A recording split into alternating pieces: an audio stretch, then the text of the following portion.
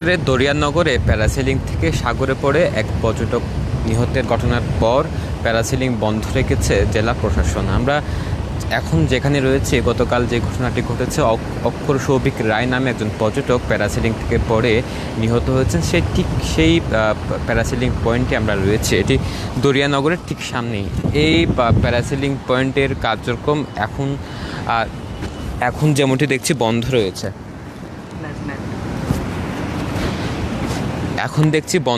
মূলত গতকাল শনিবার দুপুর 2টার দিকে মূলত এই ঘটনা ঘটে।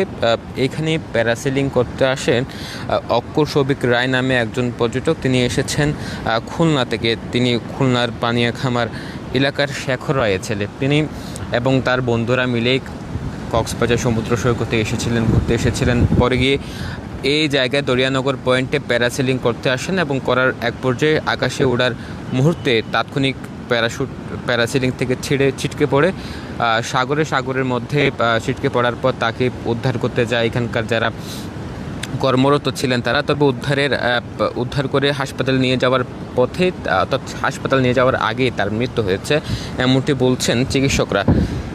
এখন এরপর জেলা প্রশাসন গতকাল রাতে এখানে অভিযান চালিয়েছে, এখানে বেশ কিছু সরঞ্জাম জব্দ করেছে। তবে জেলা প্রশাসন যেমনটি বলছেন, প্যারাসেলিংয়ের কোনো অনুমোদন আগে থেকেই ছিল না। তবে আমরা যেমনটি দেখেছি, যখন থেকে প্যারাসেলিং কার্যক্রম শুরু হয় তখন থেকেই ধাপে ধাপে কয়েক দফায় উচ্ছেদ অভিযান চলে এবং কয়েক দফায় যখনই দুর্ঘটনা ঘটে তাৎক্ষণিক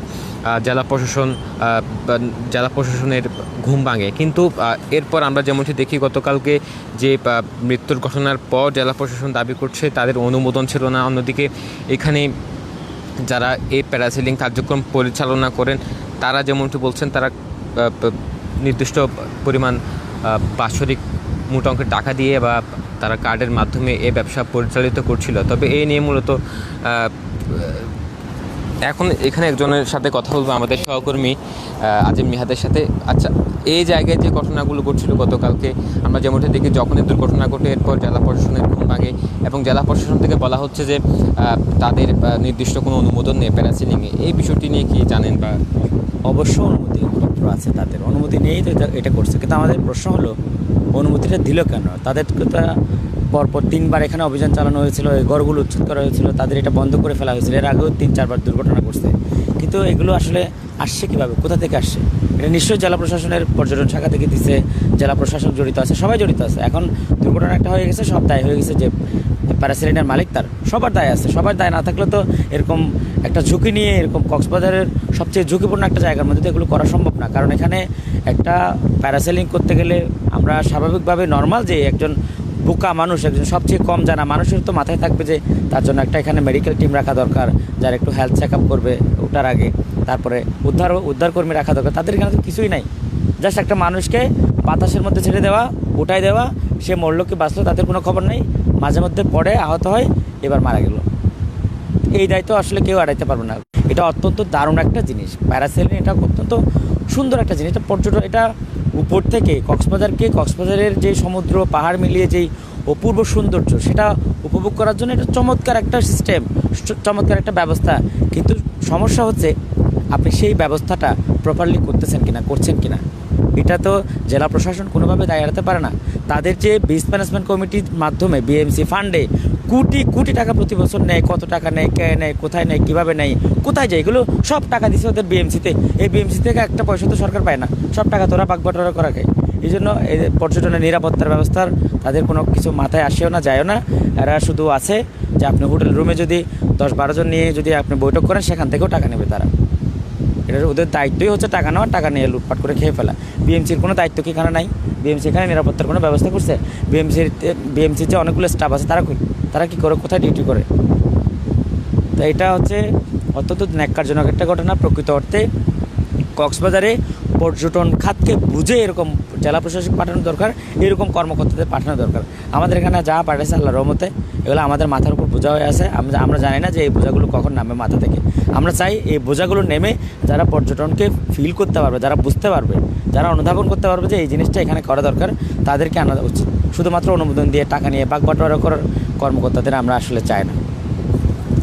কথা বলছিলেন সাংবাদিক আজিম নিহাত।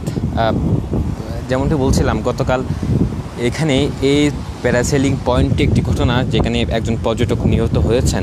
এরপর থেকেই মূলত কক্সবাজারের যে কটি প্যারাসেলিং পয়েন্ট রয়েছে সবকটি বন্ধ রয়েছে।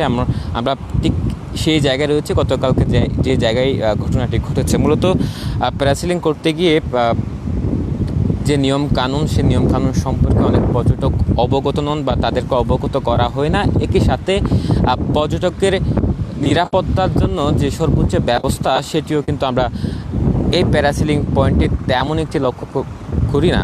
বিশেষ করে যে দ্রুত উদ্ধার করার জন্য যে জনবল দরকার বা সরঞ্জাম দরকার বা অতিরিক্ত যে স্পিডবোটের মাধ্যমে যে দ্রুত উদ্ধার করা যায় সেরকম ব্যবস্থা আমরা সচরাচর এই প্যারাসেলিং পয়েন্টে দেখিনি। মূলত এই যে প্যারাসেলিং পয়েন্ট নিয়ে অনেক পর্যটকের আগ্রহ রয়েছে, যে কক্সবাজার গেলেই যে প্যারাসেলিং করবেন এমনটি অনেকে আগ্রহ নিয়ে আসেন। তবে সেক্ষেত্রে সেরকম কোনো ধরনের নিরাপত্তা ব্যবস্থা এখন পর্যন্ত তৈরি করতে পারেনি। এরপর থেকে একের পর এক দুর্ঘটনা, যে প্যারাসেলিং পয়েন্টগুলো নিয়ে নানান সময় বিতর্কের জন্ম নেয়, বিশেষ করে যে একের পর এক দুর্ঘটনার পর জেলা প্রশাসন নড়ে চড়ে বসে অভিযান চালায়। তবে সর্বশেষ মৃত্যুর ঘটনার পর জেলা প্রশাসন বলছে এখানে এই প্যারাসেলিং পয়েন্টের কোনো ধরনের অনুমতি নেই বা যে আরগুলো রয়েছে সবগুলোরই কোনো অনুমতি নেই। তবে যারা ব্যবসা পরিচালনা করছেন তারা বলছেন কার্ড নিয়ে তারা ব্যবসা পরিচালনা করছেন। এ নিয়ে মূলত কথার মধ্যে বিতর্ক রয়েছে। সব কিছু মিলিয়ে জেলা প্রশাসন এখন যে প্যারাসেলিং পয়েন্টগুলো বন্ধ রেখেছে, যেহেতু দুর্ঘটনার পর একজন মারা যাওয়ার যে ঘটনা, এরপর থেকে সারা দেশে যে প্যারাসেলিং নিয়ে বিতর্ক উঠছে, সব কিছু মিলিয়ে এখন বলা যায় যে ঘটনার পর থেকে প্যারাসেলিংগুলো বন্ধ রয়েছে।